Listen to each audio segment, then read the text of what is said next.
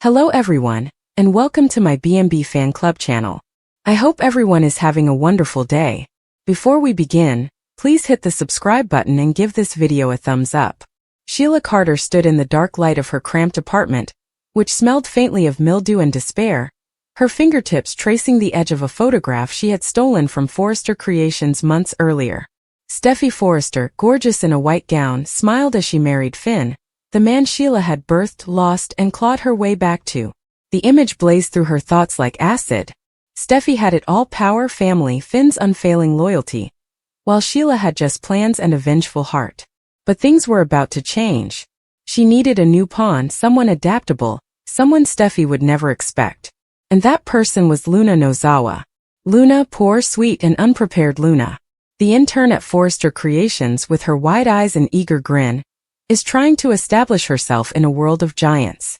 Sheila had been studying her for weeks, noticing how Luna lingered in the design room's shadows, how she admired Hope Logan but was afraid of Steffi's harsh tongue. Luna was ideal, young, impressionable, and carrying a secret that Sheila had discovered like a buried bone. Luna's mother, Poppy, had a complicated history with Bill Spencer, one that might unravel lives if pulled just right. Sheila curled her lips into a smile. Plan A had failed. Trying to woo Finn back with guilt and extravagant gestures had just pushed him deeper into Steffi's embrace. But what about Plan B? Plan B was a masterpiece in the making.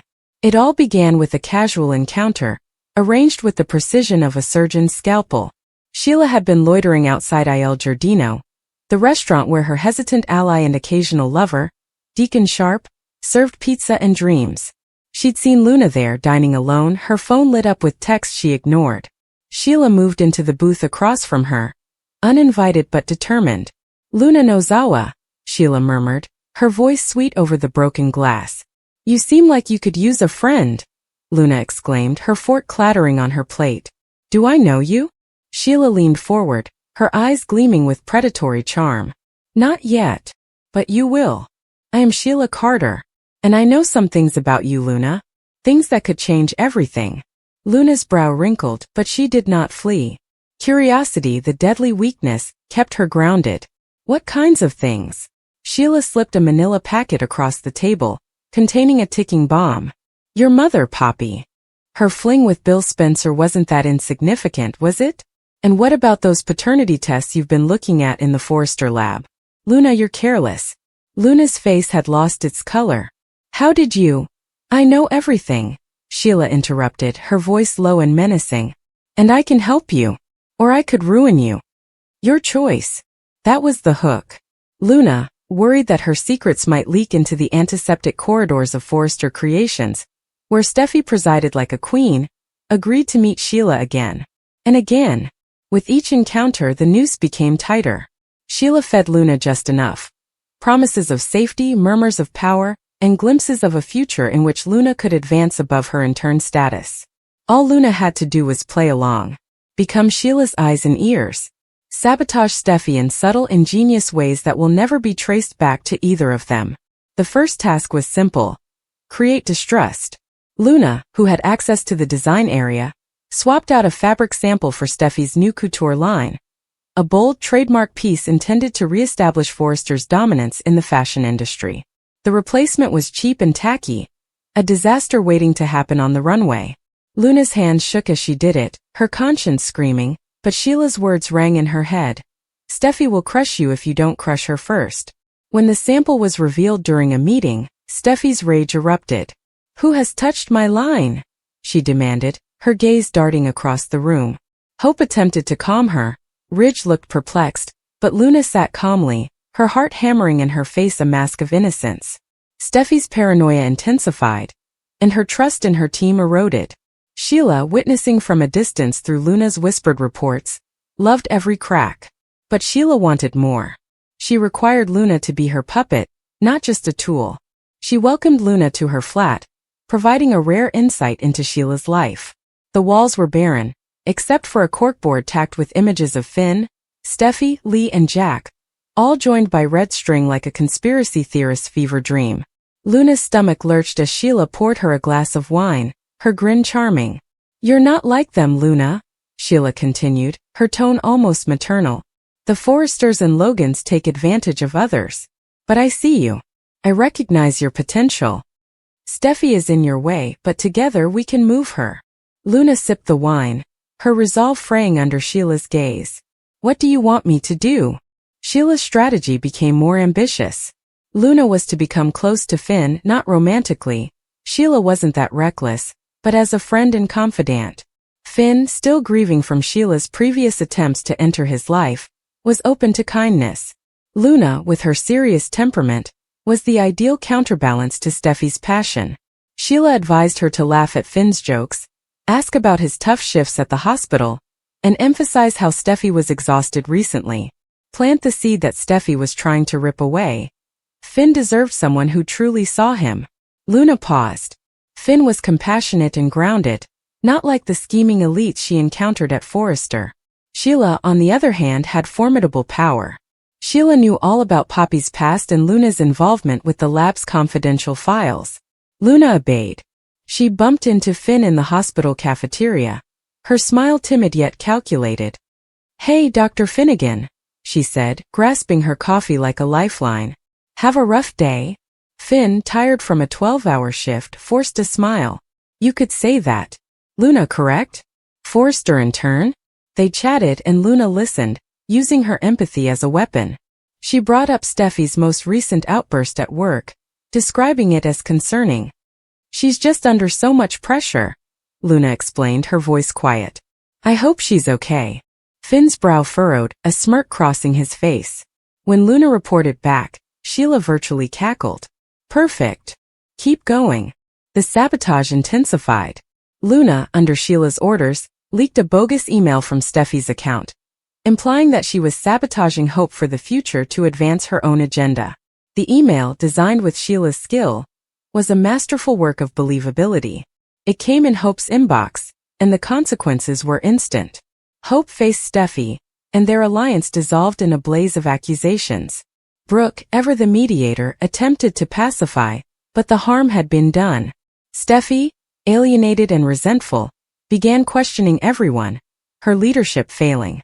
Luna watched everything with a mixture of shame and excitement. She was now too deeply involved, Sheila's puppet in a game she scarcely comprehended. But there was strength in it, a thrill she hadn't anticipated. For the first time, she wasn't just an intern but a player. Sheila, however, was dissatisfied.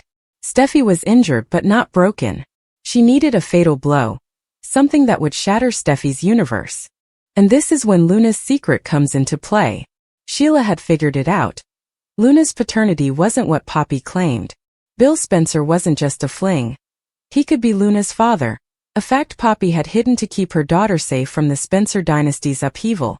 Sheila, known for her ability to dig out dirt, had stolen DNA evidence from Finn's medical lab. She dangled it in front of Luna, like a noose. "Do you want to be free of me?" Sheila inquired, her voice silky and threatening. "Make Steffi trust you. Then betray her. Make her feel you're her ally, and when the time is perfect, disclose everything, about Poppy, Bill, and me. Make it about Steffi's failure to defend her family." Luna's hands trembled as she took the USB device containing the DNA test results. "This will destroy her," she said. Sheila's smile was icy. "That's the point." The idea was devised at Forrester Creations during a high-stakes meeting to save the couture collection. Steffi, desperate to reclaim control, relied on Luna, mistaking her calm competence for loyalty. "Luna, you've been a godsend," Steffi exclaimed, her voice warm for once. "I don't know what I'd do without you." Luna's throat clenched as she nodded, setting her plan in motion. She'd earned Steffi's trust by giving her just enough to keep her close. Minor sabotage placed on others, murmurs of loyalty. Luna stood in the conference with Ridge, Eric, Hope, and Brooke watching, her voice calm in the face of the storm within. "Steffi, there's something you need to know," she began, her eyes wide with feigned concern. She plugged the USB into the conference room projector, and the DNA results flashed on the screen. "I didn't want to accept it, but I discovered this in the hospital lab. This is about me and Bill Spencer. And I believe you knew, Steffi. I believe you have kept it from me in order to control me." The room froze. Steffi's face became white, and her mind raced. She had no notion Luna's performance was Oscar-worthy. Gasps echoed. Hope's eyes furrowed, Ridge demanded an explanation, and Brooke gripped her pearls. Steffi stammered and denied everything, but the seed was planted. Steffi, the untouchable, had been keeping secrets and manipulating even the interns. Chaos erupted. Steffi's credibility was broken, her family questioned her, and her marriage to Finn was strained once he learnt of the lab breach that occurred under his watch. Luna, the puppet, had performed Sheila's masterstroke. But as she saw Steffi crumple, something changed in Luna. The guilt was heavy, but so was the power. She was no longer merely Sheila's toy. She was awake. Luna called Sheila, who was waiting in the wings that night. "It's done," Luna announced, her voice lifeless. Sheila laughed triumphantly. "Luna, welcome to the game. You're one of us now," Luna said, hanging up and peering at the city lights from her small apartment. She had defeated Steffi, but at what cost? Sheila thought she owned her, but Luna began to see the strings. Maybe she could cut them, or perhaps she would pull them herself. The conflict between Sheila and Steffi was far from ended, and Luna, the pawn-turned-player, was stuck in the middle. Forrester Creations would never be the same, nor would she. Sheila's plan B had worked, but in the shadows new plans were emerging, Luna's, which were hazardous and unknown. Steffi sat in her office the next morning, her eyes red from the previous night's lack of sleep. Finn had stayed at the hospital, leaving their texts unanswered. Hope circled, sensing weakness, while Ridge demanded a thorough examination. Steffi's empire was failing, and she had no idea why. But she would. Steffi Forrester wasn't a victim. She would discover the traitor, and there would be hell to pay. Sheila, meantime, poured herself a glass of cheap wine in her apartment and toasted her mirror. "To Luna," she added, whispering, "my perfect little puppet." Despite her intelligence, Sheila couldn't see the glint in Luna's eyes when they last met. A glint that wasn't fear but ambition. Luna was at Forrester, wearing her intern badge as a disguise. She went through the halls, invisible but deadly, her mind racing. Sheila had given Luna a taste of power, but she wanted more. She wished to survive. She wanted to win. And if that meant playing both sides, Sheila's pawn and Steffi's avenger, she was game. The DNA scandal was her move, but it was not her ultimate goal. She slipped into the design area, running her fingers on the fabric of Steffi's torn line. She might fix it, blame the sabotage on someone else, and gain Steffi's appreciation. Or she could let it burn, allowing Sheila's pandemonium to rule. She was now free to make her choice. Sheila thought she had made a puppet, but Luna started cutting the cords one by one. Deacon kept a close eye on Sheila at Il Giardino. "You're playing with fire, Sheila," he warned, wiping down the bar. "This Luna kid isn't like you. Sheila has a conscience." Her smile was unwavering. "Dear Deacon, conscience is overrated. She'll learn." But Deacon wasn't so sure. He'd noticed Luna's expression when Sheila wasn't looking. Scared, definitely, but sharp. Calculating. Sheila was a master, but even they may be outplayed. Finn, at the hospital, looked at the test data Luna had found. Something didn't make up. The breach was too clean and convenient. He warned his adoptive mother, Lee, via text message. If Sheila was behind this, they needed to act quickly. However, Finn was unaware of the full extent of the situation. Luna wasn't simply Sheila's piece. She was a wild card, and the game was about to turn violent. Steffi, gathering her strength, convened a meeting. "Someone's targeting me," she continued, her voice steely. "And I'm going to find out who." Her gaze fell on Luna, who returned it with a perfect balance of concern and loyalty. Steffi hesitated and finally nodded. "Luna, you are with me. Let us repair this." Luna grinned, her heart pumping. "Of course, Steffi. Whatever you need." Sheila's approach had been successful, but the board was moving. Luna was no longer a piece. She was a queen in the making, and Forrester Creations' chessboard was about to get a new ruler. Sheila felt she had won, but Luna was now creating her own rules. What about Steffi? Steffi was about to discover that her greatest enemy was not Sheila, but the girl she had always trusted. The fallout continued to spread. Hope, buoyed by Steffi's frailty, advanced her own line, her ambition hardly concealed. Brooke, divided between her daughter and her rival's family, attempted to mediate, but the Logan Forrester enmity was reignited. Eric, the patriarch, watched everything with increasing dismay, detecting a darkness he couldn't identify. And Bill Spencer, unaware in his mansion, was about to be dragged into the fray when Luna's paternity revelations exploded. Luna, caught in the whirlwind, made her next move. She met Sheila indiscreetly, keeping her voice steady. "I did what you asked," she replied.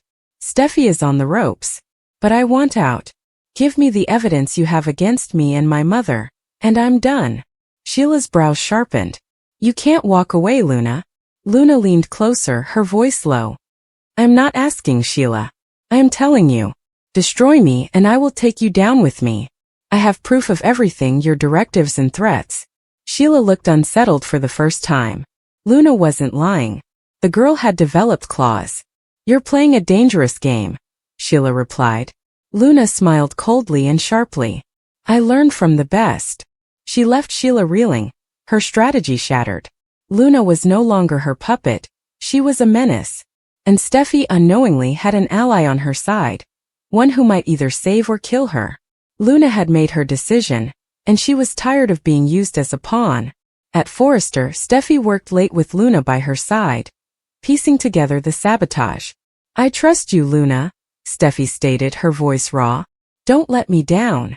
Luna nodded, her mind racing. "I won't," she said, but the lie was her strength. She'd save Steffi on her own terms. Sheila would pay to use her, and Forrester would be hers to shape. The war had just begun, and Luna Nozawa, the intern-turned-queen, was eager to play. Sheila has always been one to observe from the shadows, scrutinizing the pieces on a board and positioning them precisely, calculating how she would move her next pawn. Her concentration has recently altered. Sheila's goal is none other than Steffi Forrester, the woman whose life is inextricably linked to her own, whether by blood, betrayal, or ambition. Sheila requires a fresh pawn in her game, someone who can serve her objectives, whose loyalties can be twisted, instincts can be steered, and actions can forward Sheila's secret agenda. In this case, the pawn is Luna. Luna becomes a critical component in Sheila's plot. On the surface, Luna appears to be a sensitive young woman seeking belonging and family, anxious to be noticed and loved. But beyond that facade, there is a hunger, a want to belong, to be recognized, and to feel powerful in her own right. Sheila sees the hunger as an opportunity.